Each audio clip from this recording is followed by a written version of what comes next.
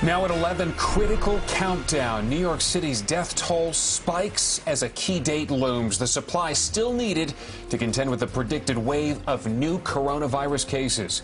Good evening. Thanks for joining us at 11. I'm Stephen Holt. And I'm Natalie Pasquarella. Coronavirus battered the Big Apple once again today, with more than 270 deaths and nearly 4,000 cases reported here just in the last 24 hours, numbers that continue to rise ahead of April 5th.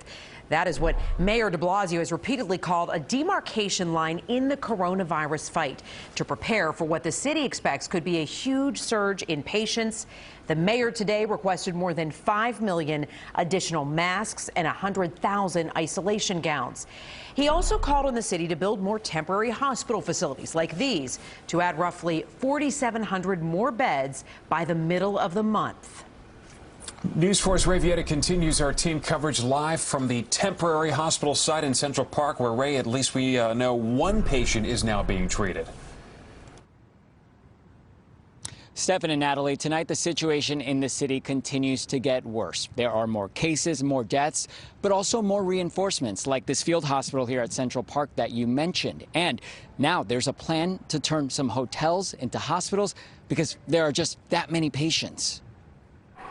In hospitals across the city, the mission is to save lives. Nurse Joyce Tano taking on that responsibility every day. We are the closest to your family right now, and we're going to take care of them. Problem is, hospitals are running out of space, out of equipment, and even out of personnel. This evening, Mayor Bill de Blasio putting out the call. We also have to constantly think about giving some relief to the heroic folks at the front line right now in our hospitals.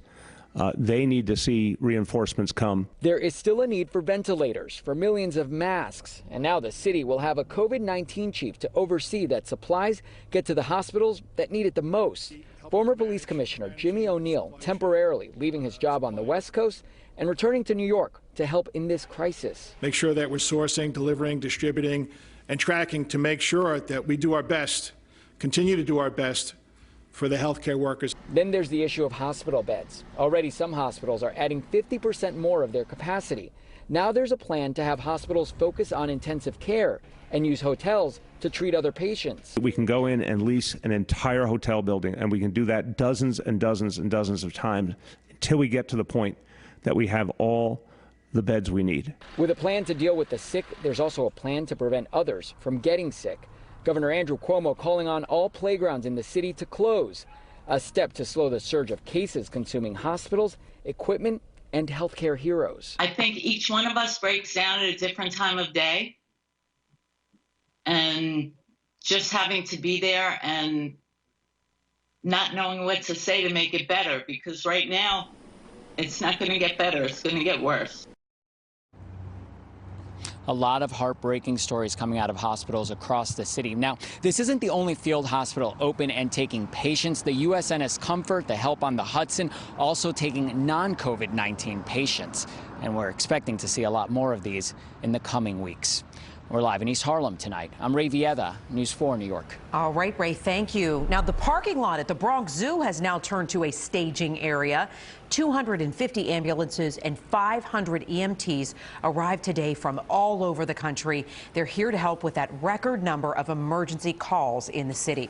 And late today, a Russian military plane landed at Kennedy Airport loaded with medical equipment, including PPEs and those much-needed ventilators.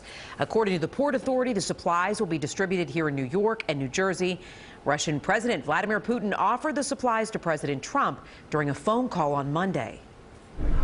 Natalie, in New Jersey, coronavirus continues to take its toll on the state's seniors. More than 70 residents of long-term care facilities have died from the virus, which accounts for nearly a quarter of the lives lost across the state. At least 5 of them died at a nursing home in New Milford. News 4's Checky Beckford continues our team coverage tonight. In Checky, we understand that number, unfortunately, is expected to rise. That's right, Stephen. The state saw its largest single-day increase in not just positive cases, but deaths as well. One of the people to test positive recently is a state assemblywoman from this area. She is one of the lucky ones when you compare her to those in nursing homes battling COVID-19. I had a really really bad headache. That was the first sign Assemblywoman Angelica Jimenez had contracted COVID-19. That and the chest pain. It was almost as if you were laying on your stomach and somebody's just laying on your back.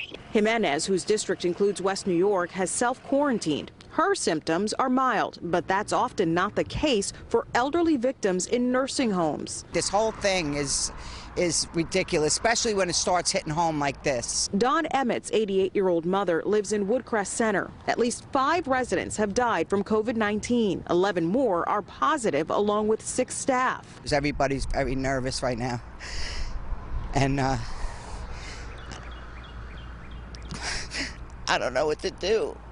She hasn't seen her mother in nearly a month. She credits the nursing home, though, for notifying her weeks ago that they had isolated sick patients on a separate floor, crucial in stopping the spread. Community spread is here in New Jersey, and it's here to stay for a while. Woodcrest, the 3rd long care facility to report 3 or more deaths.